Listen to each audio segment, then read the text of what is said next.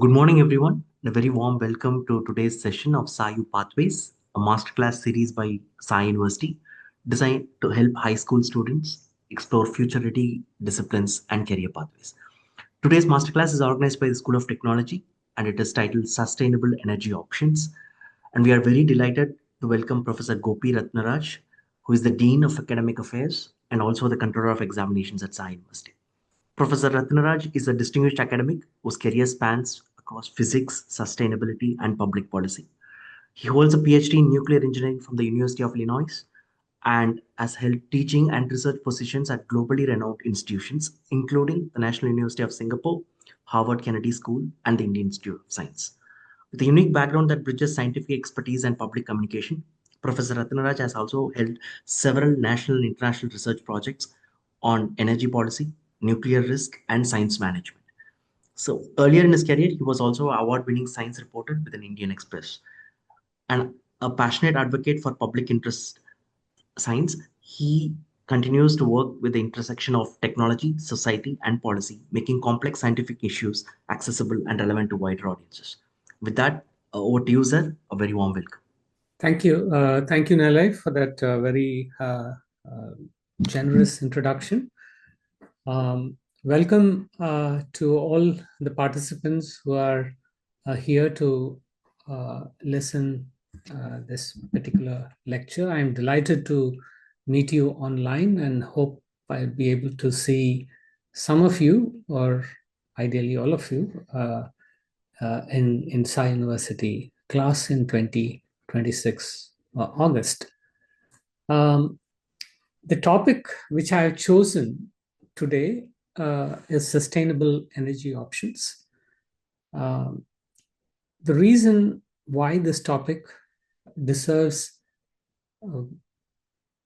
attention, not just for students, but for public at large and policymakers at large, is because we are currently grappling with one of the major challenges in 21st century, which is global warming and climate change. The reason why the issue of the global warming and climate change is important is because it is linked to our choice of energy sources.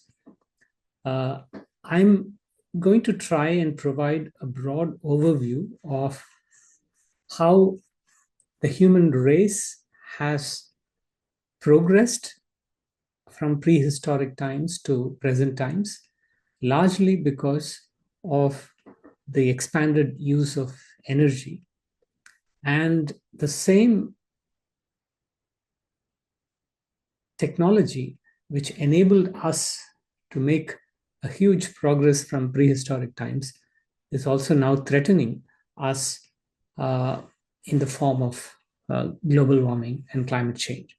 So we are going to look at the history, the present, and what future holds for us in the domain of energy. Let me start with the first slide, where I want to lay down the framework for understanding the link between energy and people. If you look at our history, the prehistoric times, our ancestors have primarily relied on food gathering. So there was no settled agriculture. So this is the kind of life that prevailed until the last ice age ended.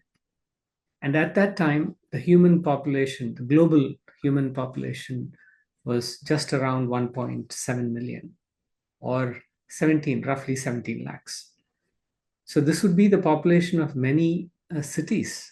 For example, we have at least 4 or 5 Indian cities which have this population. So the onset of interglacial period, which extended the geographical range, starting with the peopling of 2 Americas, helped expand human numbers to about 4 million. So even with the discovery of 2 new continents, during prehistoric times, the population just managed to touch, the global population managed to touch only about 4 million or 40 lakhs. The reason is humans were entirely dependent on the natural produce of the earth and the sources of food that came from uh, hunting and gathering. So it's very clear that if we had continued on that track as hunter and gatherers, our population would not have expanded significantly. In fact, the shift in human diet from fully plant sources to meat diet resulted in decline in population during prehistoric times. Um, as you know, when people hunt unsustainably, it also results in the decline of the population of animal population. So it's very clear that life of our ancestors until 10,000 years ago was harsh, dull, and precarious. All this changed with agricultural revolution, which apparently started in the Fertile Crescent region or in present day um, Iraq, uh, Israel, and that stretch which is known in geography as the Fertile Crescent. So this is the place where the first signs of humans settling down is recorded. So this is where our ancestors invented agriculture. This is where our ancestors succeeded in domesticating a select species of plant and animals, which was then used in agriculture and for human consumption. So this revolution, the agricultural revolution, gave the biggest push for population expansion, um, which started roughly 7,000 or 8,000 years ago. Then came industrial revolution and other advances which overcame the limits that was set by agricultural civilization and enabled further expansion in human population. Now let us look at some charts so that you get an idea of where we came from in terms of population numbers. So this chart tells you the story from roughly about 10,000 BC. So you see that population numbers grew very slowly, or it remained static. The biggest push, of course, came during the early agricultural revolution, which happened around 6,000 BC. And still you can see that the numbers didn't rise dramatically. So the dramatic rise in human numbers starts around the 17th or 18th century with the Industrial Revolution, which gave access to new sources of energy. So I want to make a pause here and tell that all the storyline, when we say that humans progressed from prehistoric times to agricultural revolution to industrial revolution, we have to see that during each phase of this revolution, humans had access to new sources of energy. So new sources of energy and expanded access to energy essentially meant the kind of environment which enabled increased food production and the ability to support large human numbers. And then you can see the human numbers taking off from industrial revolution. So the first billion was reached roughly around 1805. So it took all of human history up to 1800, early 1800 or early 19th century to touch the first billion. So the second billion happened in 1925. that is in 20th century, the first quarter of the 20th century. And the third billion was added in 1960, and the fourth billion in 1974, and the fifth billion 1987, and at the turn of the last millennium, we touched 6 billion, and in 2011, human numbers reached 7 billion, and a couple of years ago, we crossed another milestone, which is the human numbers. The total global population reached about 8 billion. And now the story is very uncertain. Whether we will touch 9 or 10 or even more depends on the future of demographics, and which is a completely different topic, which I don't want to get into. So let us stick to energy, because our primary focus of this lecture is to look at what are the sustainable energy options, given that energy plays a very central role in industry, in human well-being. Let us quickly review the relationship between energy and well-being. So energy and related services are needed for economic development and personal well-being. So this is merely stating the obvious, because if you just imagine what life would be like without access to modern energy sources like electricity or coal, oil, natural gas, it is very difficult to imagine how our life would be without access to these energy sources. So if you go back in time, hunting gathering society, that is roughly 12,000 years ago, when every member of the human population was engaged in hunting and gathering, life was very difficult and harsh, as I mentioned earlier. Then came agricultural revolution, which provided access to new sources of energy when life got better. And then came industrial revolution. So we are now an industrial society where life got even better than what it was during the agrarian revolution. Now, the biggest challenge when we talk about sustainable energy option is that will everyone in the world have enough energy to meet their development aspirations, which means better life and better jobs?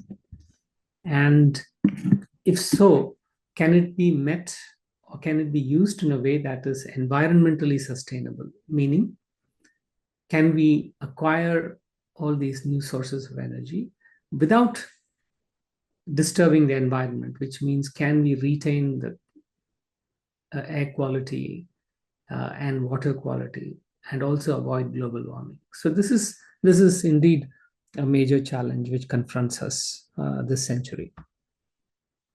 So before we look at the energy landscape, I want to give you a rough idea of what are our energy sources. On the left-hand side of the slide, you can see the primary forms of energy, starting from sunlight, biomass and peat, hydropower, wind, ocean currents, ocean heat, fossil fuels like coal, oil, natural gas, oil shale, tar sands, methane clathrates, and so on.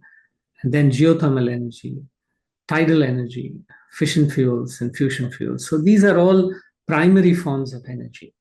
Secondary forms of energy are the ones that are derived from primary forms of energy sources. Most of the primary energy forms cannot be used directly, so they have to be converted to secondary forms. So example, charcoal, which is made from wood, alcohol, which can be made from any biomass material, town gas, which can be made from coal, petrol, diesel, kerosene, and all the other distillates of crude petroleum, which is derived from crude oil or crude petroleum, and synthetic fuels, which can be made from coal and oil shale, and electricity, which is the most commonly used form of energy, which can be made from anything. Practically, you can use any primary energy source to make electricity. And then hydrogen, again, from anything. Hydrogen is not it's an energy carrier.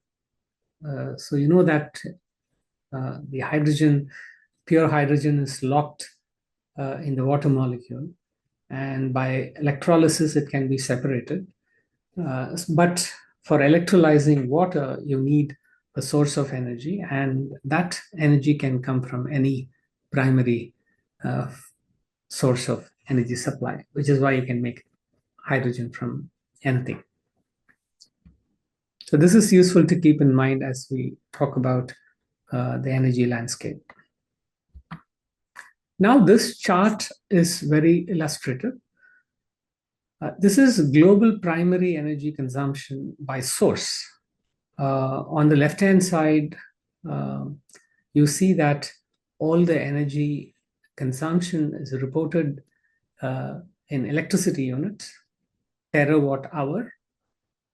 Tera is 10 to the power 12. This is several times greater than the kilowatt hour, which we are familiar. Our electricity bills, the monthly electricity bills which you get, is reported in terms of units, and those units, one second, and those units are reported in kilowatt hour. So kilo is 10 to the power 3 watt hour. Tera is 10 to the power 12. So it is the left-hand side that you see here is 10 to the power 9 kilowatt hour. So it's a very large quantity because we are measuring energy consumption of the entire world. And if you look at the shaded region, it's very clear that oil and coal and natural gas all are fossil fuels. They account for close to 85% or more than 80%, 80 to 83% of our energy mix. So we get nearly 83% of our energy supply from fossil fuels. All the others come from traditional biomass, nuclear, hydropower, wind, solar, and other renewables. So they all contribute just about 15%. So herein lies the problem, because the three major sources of our energy supply, namely coal, oil, and natural gas, are fossil fuels, which release carbon dioxide. So combustion of these three energy sources releases carbon dioxide into the atmosphere.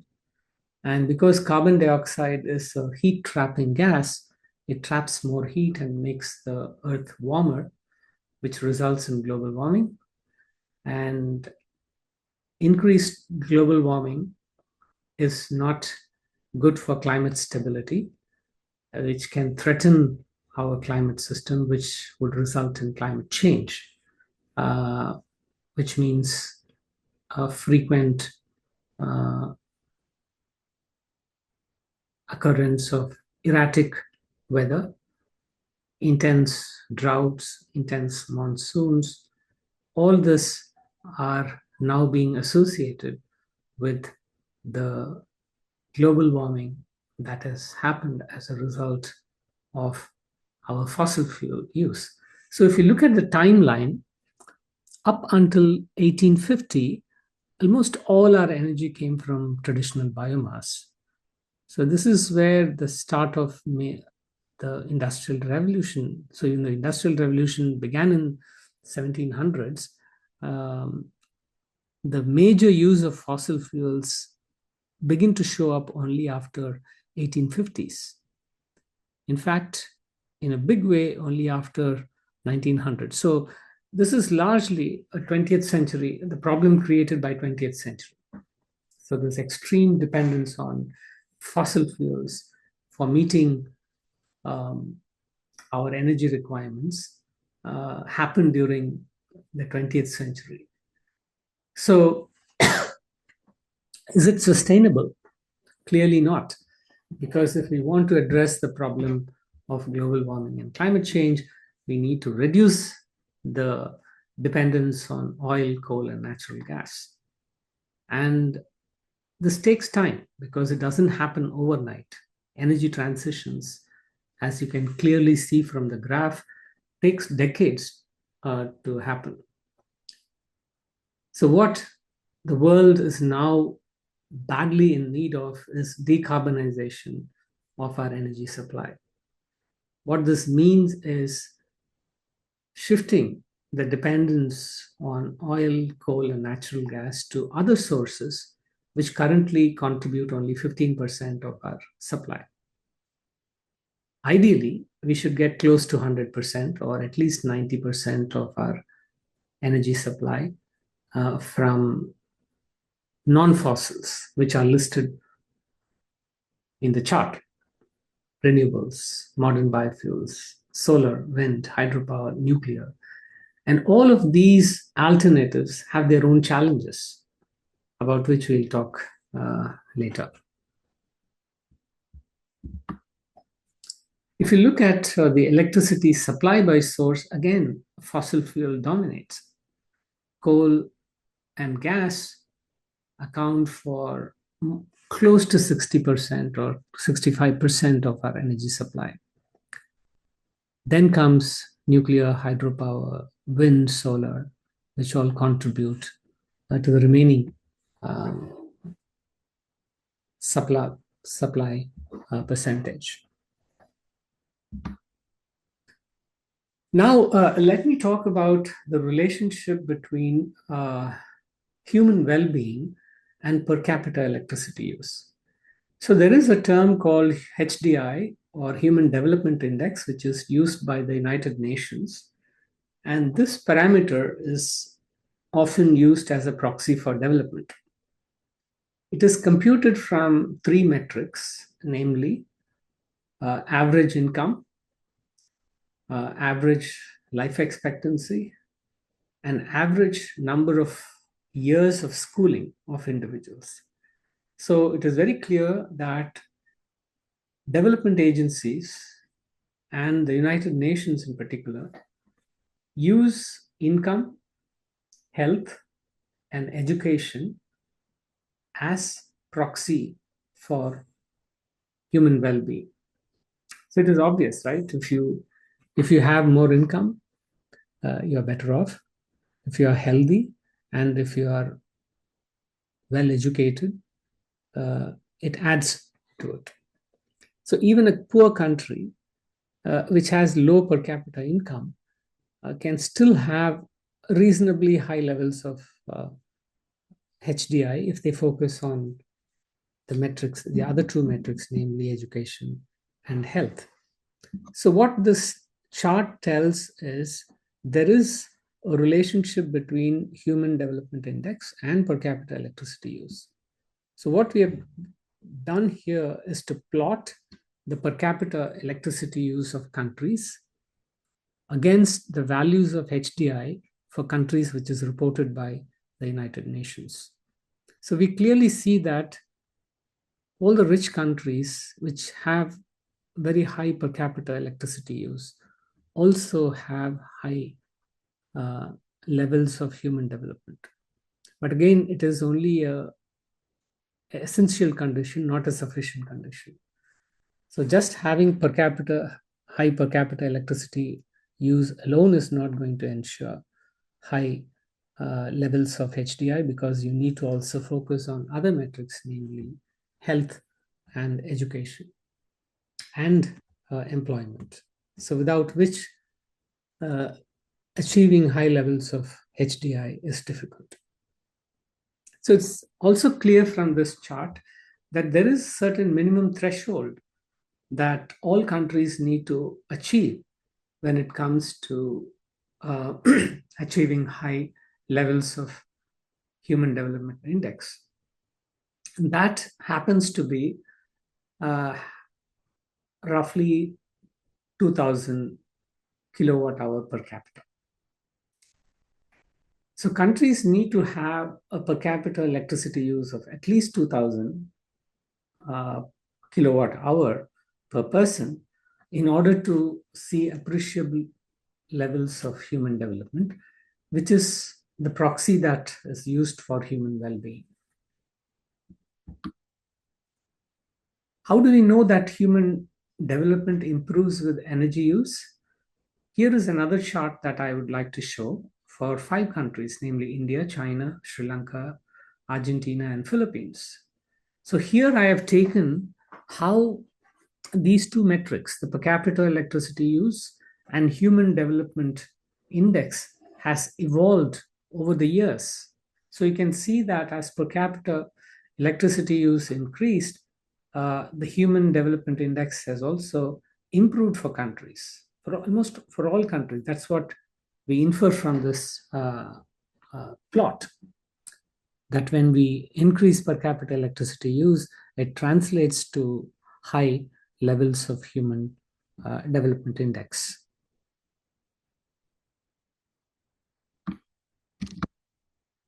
Now, going back to our previous discussion, how to decarbonize our energy supply. The chart that I showed earlier said about 85% of our energy supply comes from fossil fuels, and we need to decarbonize it. And this chart tells what is the carbon footprint of different energy options, because we are talking about what will be the sustainable energy option.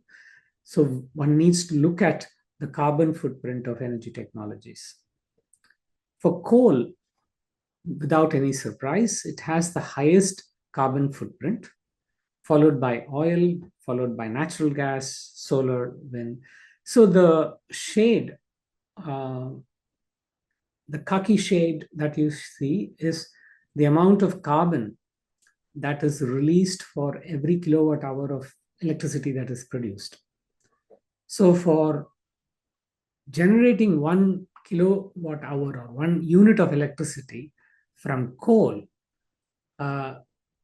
roughly 940 grams of CO2 is released, of which 864 is released in combustion. The remaining carbon footprint comes from fuel cycle activities, from mining coal to transporting coal, processing it. All that involves energy use and therefore a certain amount of carbon footprint. So you can see that all energy sources have some amount of carbon footprint associated with operations and facilities and fuel cycle. What you see in solar, wind, nuclear, geothermal, and hydro is that complete absence of the carbon footprint in fuel combustion. Because they are non-fossils, there is no carbon released at the source of, at the point of energy production. So it's very clear that coal has the highest carbon footprint, followed by oil and followed by natural gas. And among fossil fuels, it is also clear that natural gas has the lowest carbon footprint because it releases only half the amount of carbon dioxide for every unit of electricity that is produced. While natural gas is also a fossil fuel, it is considered to be the cleaner option among the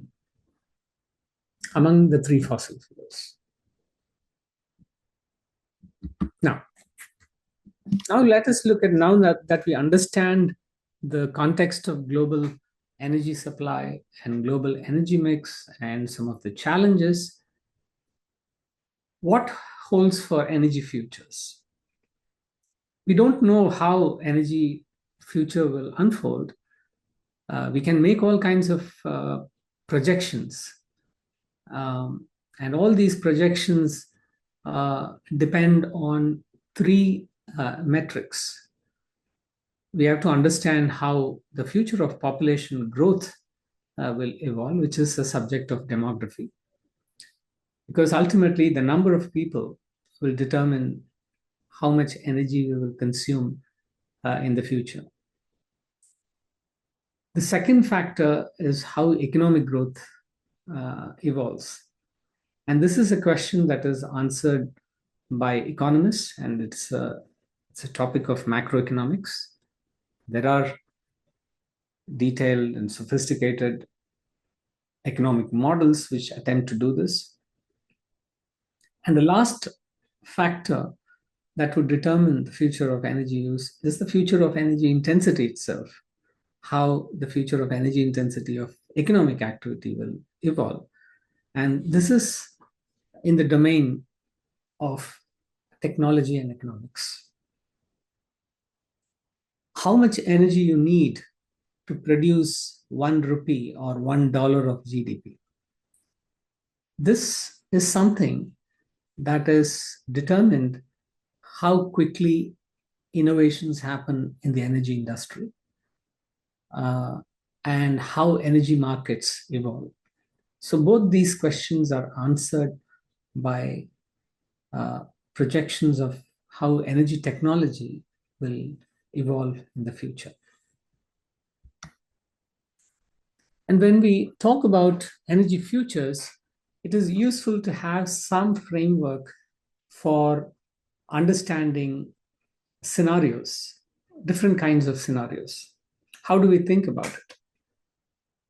One can think about energy future at any given point of time by multiplying the number of people with the kilowatt per person. So that would be terawatts. So at 2018 consumption level, in 2018, the world population was 7.5 billion. And at that time, the per capita electricity consumption was 2.4 or 2,400 watt hour per person. And this gives a number 18 terawatts. So now we can answer this future scenarios question by asking ourselves, what level of energy consumption do you aspire for?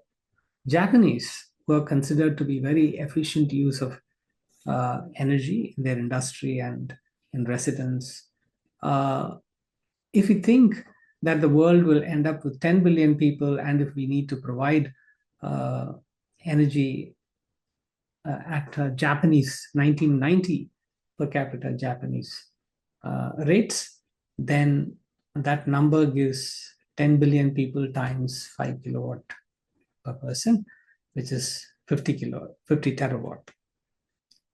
And if you want to aspire bigger, say 1970 levels of energy use in the United States, and if we end up with a population of 12 billion in future, then we have to multiply 12 billion times 10 kilowatt hour, which is 120 terawatts. So this is roughly 6.7 or roughly 7 times the 2018 level. So what it says is, if the world ends up with a population, right now we are at 8 billion, and if the world adds another 4 billion by the end of the century, and if everyone aspires to consume energy like any average American, then we need to increase the energy supply by 7 times compared to 2018 levels. And it's clearly not sustainable, because it will come at a huge cost. It will come at a huge economic cost. It will come at a huge social cost. And more importantly, it comes at a huge environmental cost, because the environmental cost of expanding energy resources is very poorly recognized.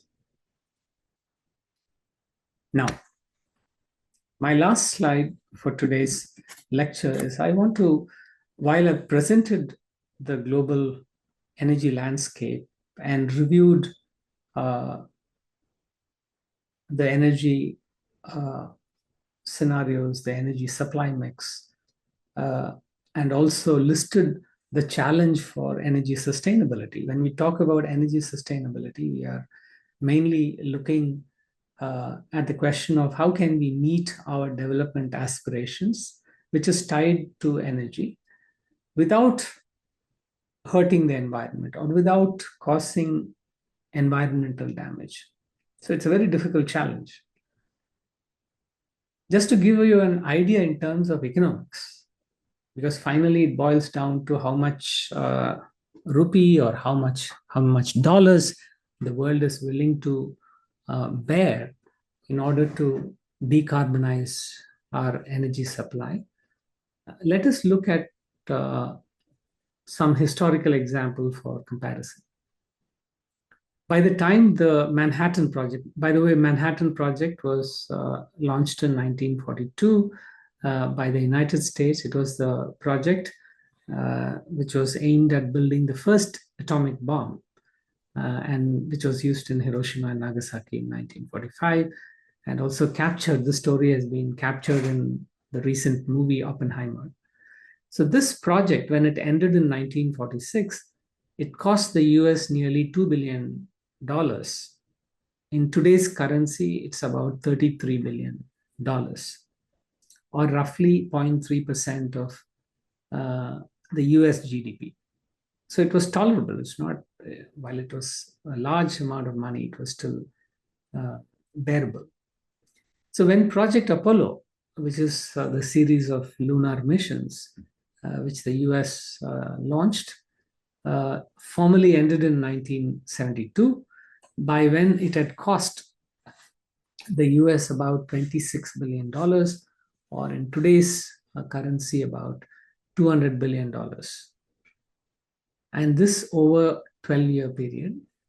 And it works out roughly 0.2% of the country's GDP during that period, from 1961 to 1972. So how does it compare to the decarbonization cost? The McKinsey Global Institute, which is the think tank of the famous consulting firm McKinsey, estimates that the decarbonization effort, global decarbonization effort, will be roughly $275 trillion over the next 25 years. This is roughly 10 trillion, 9 to 10 trillion dollars a year. And if you want to compare what percentage of global GDP, because global GDP was 94 trillion in 2021, it translates to 10%. You look at Manhattan Project, which was just 3.3% of US GDP, and Project Apollo, which was just 0.2% of the US GDP, whereas the decarbonization is expected to cost a much larger sum, roughly 10% of global GDP. So this implies an annual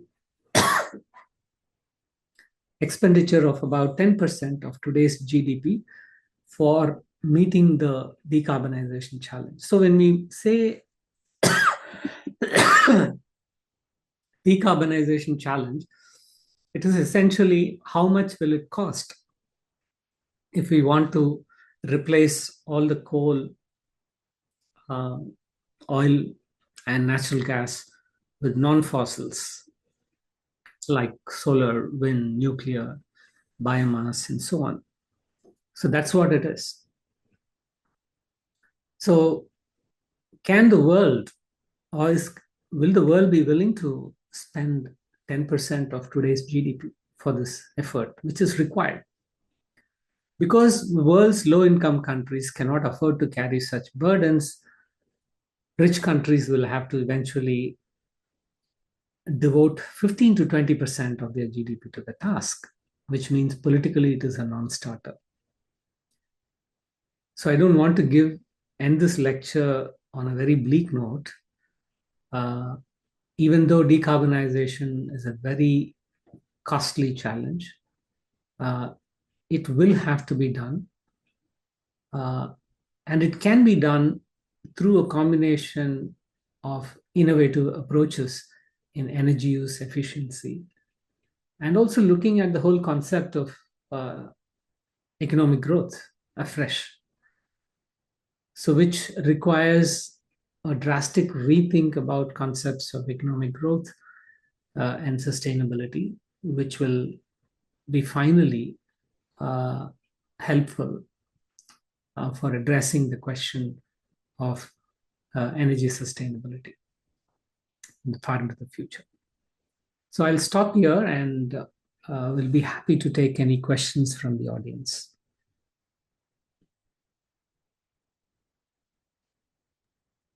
Thank you so much, sir, for that insightful session. So we have two questions. Mm. And so one from Vishwas. Hello, sir. Do you think renewable energy sources can replace coal and oil completely? Can you repeat? I didn't hear. 1 second. Yeah. So do you think that renewable energy sources can replace coal and oil completely? Is that possible? That's what the question. Um, Not immediately. In the long run, it is possible because renewable sources, as you know, they are intermittent. They're not available 24 by 7. So you need to have backups. So the very critical uh, question relating to your question is, if we solve the storage problem, then we can go 100% renewables. So until then, until we solve that storage problem, so right now, if you think of storage, we have solved the problems for small devices. Your When you charge your cell phone or when you charge your laptop, uh, they stay charged for 12 hours or 20 hours depending on your usage. So we need to find that kind of solution for large megawatt hour scale storage. Right now, the only economic and efficient way of doing that is pump storage, which is severely limited because it depends on favorable geography. So battery technologies and other storage technologies will have to become economic and widely available so that people can completely transition to renewable sources. So until we solve the storage problem, um, fossil fuel will be required as a stopgap. It is also said that if you combine renewables with nuclear, then you don't even need fossil fuel because nuclear can provide the same kind of advantage, dispatchable loads and reliability. But nuclear comes with multiple baggages. One is public acceptance, prohibitive cost, and the long time it takes to build and get them online. So all these are challenges. Um, but renewables can, in the long run, if we have solved the storage problem, we can completely wean away from the dependence on oil and other fossil fuels. So even in the short run, what we need is, if by the middle of the century, if we can reduce the fossil fuel dependence from uh, 85% to 50%, we can go a long way in addressing uh, this challenge. Maybe that would be the medium term goal: reduce fossil fuel dependence to 50% by the middle of this century. And from 2050 onwards, you make an effort to get down, if not zero, at least get down to 10%, because there are some areas, critical areas, where you cannot avoid fossil fuels. So you keep them only uh, in those areas. And then it is possible to stabilize CO2 levels. Thank you, sir. So we have a couple of more questions. So one is from Swati. How can biotechnology help creating better energy options like advanced biofuels? Um, no. How can? How can biotechnology help in creating better energy options Hmm. like That, advanced biofuels? Yeah. That's a very great question. Uh, right, you can make biofuels like ethanol from plant sources, but the way most of the countries do it is very unsustainable because you are turning food crops to energy crops. And the way the US is doing is to discard, because in the US, most of the ethanol is produced from corn. And if you take the corn plant, they are discarding the entire biomass and taking only the kernel, which is the food substance, and then using it as a feedstock. So uh, you are using biofuels rather very inefficiently. Uh, the ideal scenario is a cellulosic conversion of ethanol. Suppose if you can find uh, find a way to use the entire plant biomass from leaves, stalk, stem, roots, everything, and then convert them into ethanol, then that would be great. But right now, that is limited by the kind of enzymes that are required for achieving that result. Even though it has been done at lab scale in pilot scale plants, it has not been demonstrated on commercial scale. And if demonstrated, that would be great. If the that is often considered to be the biofuel solution for this problem. If we can convert cellulosic material to ethanol, then biofuels can meet a significant portion of our energy supply. Not all, but a significant. I hope it answers Swati's question. Thank you, sir. So, and we have one more question, and this is regarding environmental engineering. So, is environmental engineering students have only research career options? What is the current trend looks like, and what is the pay? So, See, I would say that career in environmental science and engineering is a sunrise industry. If you look at the US alone, a lot of jobs are being created in the energy sector, in the clean energy sector. So one has to look at the entire clean energy landscape, not just solar, wind, but the entire clean energy landscape. There are many. It is, of course, there are a lot of exciting research careers if you pursue environmental engineering, but there are also a lot of opportunities in the industry. And a lot of traditional energy companies are also now moving into renewable energy space and the green energy sector.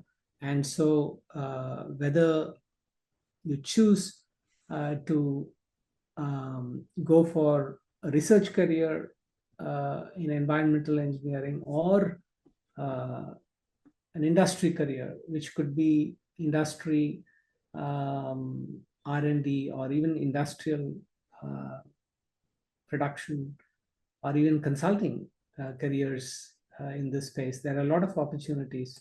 And pay, I would, and from what I know, it is the typical pay is significantly higher, at least 15 to 20% higher than the high T pay at the entry level.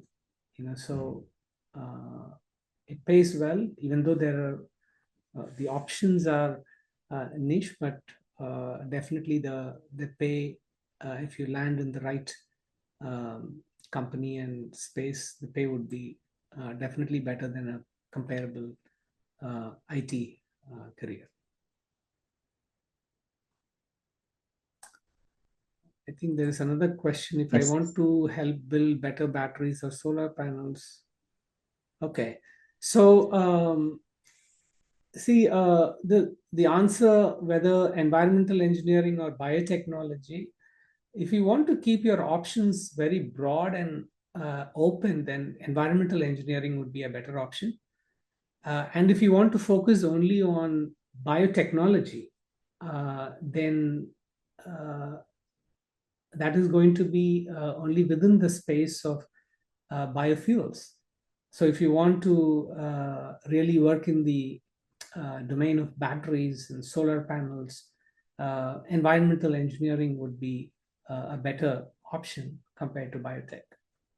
So biotech would be very focused on biological sciences, whereas environmental engineering would draw from other disciplines as well. It would draw some elements of biotechnology, and also from chemical engineering, from physics, and mechanical engineering. So you'll find that environmental engineering draws from more traditional science and engineering disciplines.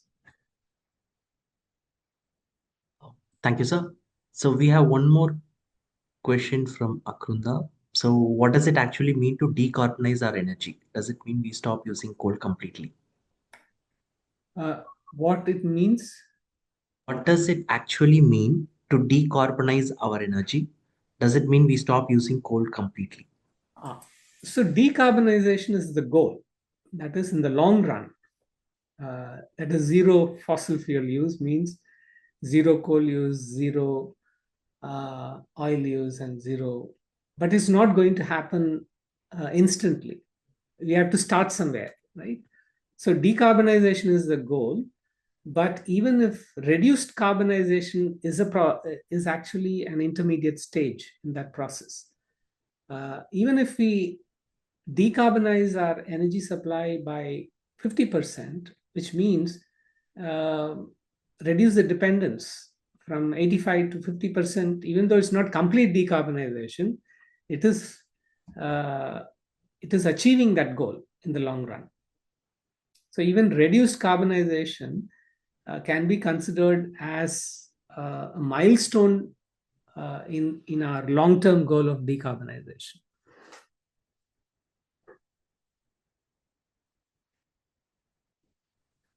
Thank you, sir. So with that, I think we have covered all the questions. Any other questions? No, sir, I think we have covered it all. Okay. So one final thing, sir, what would be an environmental engineering at Sai University looks like? So I think we are getting few inquiries. So as a environmental engineering, we take environmental engineering at Sai University. What does it look like? So the So curriculum. Yeah. environmental engineering at Sai University will be a very unusual BTech degree.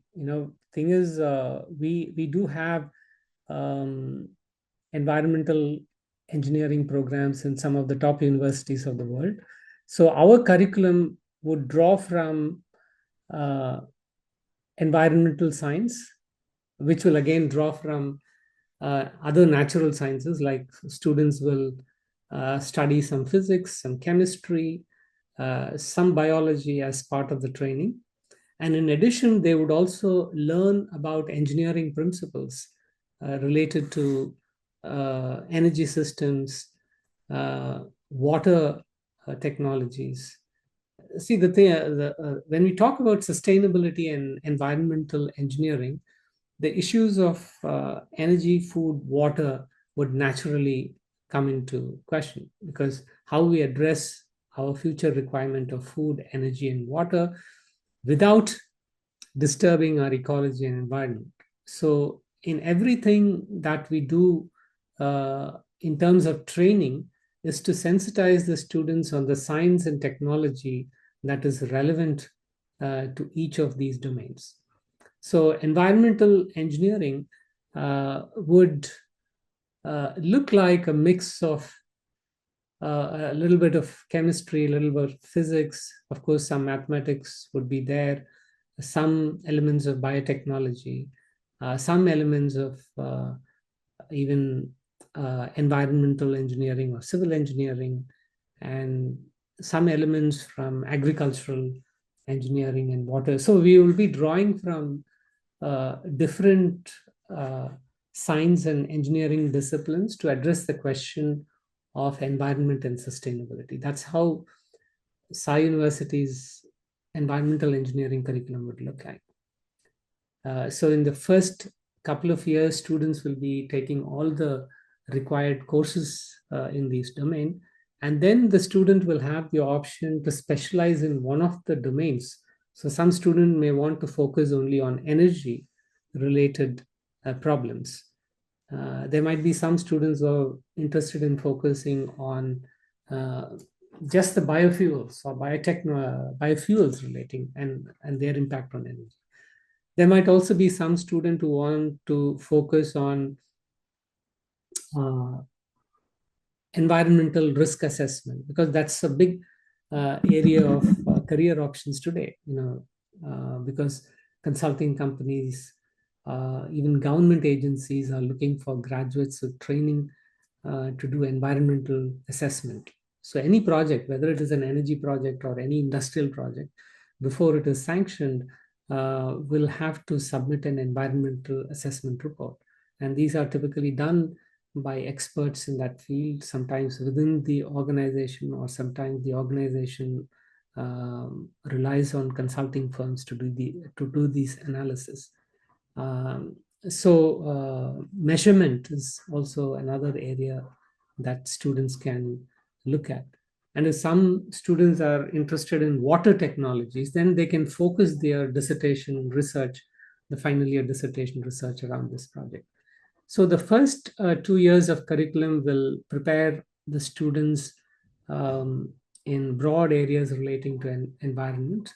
Uh, and the final year, or from the third year, the student can then choose a specialization within that, focusing either, some may want to just focus only on energy, and some may want to focus on um, even combining uh, data analytics relating to environment.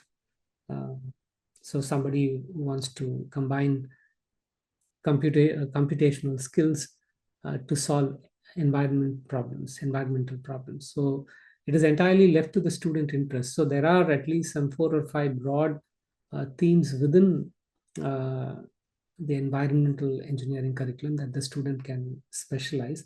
But we don't want the students to pick that option uh, in their first year itself, because we want them to choose on their own after they have got some background to that is through the first 2 years of coursework. They will have a better understanding of what their interests are and what they would like to specialize within environmental engineering.